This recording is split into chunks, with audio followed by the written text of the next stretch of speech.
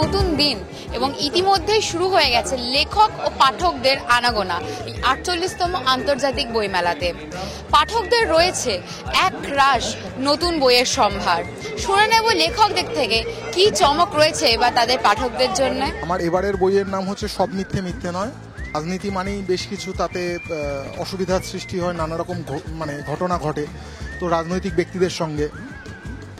তো আমাদের সাধারণ মানুষদের জীবনে বেশ কিছু দুর্নীতিপরায়ণ রাজনীতিক ব্যক্তিত্ব কিভাবে তারা এক হয়ে যায়, মিশে যায়, কিভাবে তাদের এফেক্ট পড়ে, সেটা নিয়েই এবারের আমার বই। তাছাড়া দেখুন, বইমেলা তো আমাদের কাছে প্রায় দুর্গাপুজোর মতো।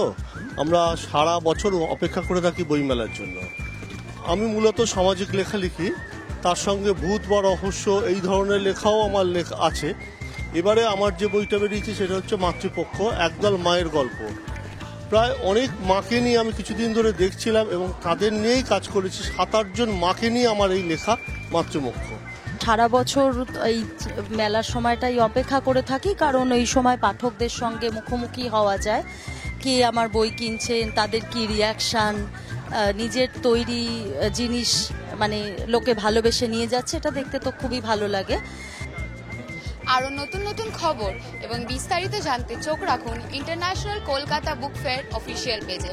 ক্যামেরাম্যান অভিষেকের সাথে আমি প্রেরণা, সরাসরি বইমেলা প্রাঙ্গণ থেকে।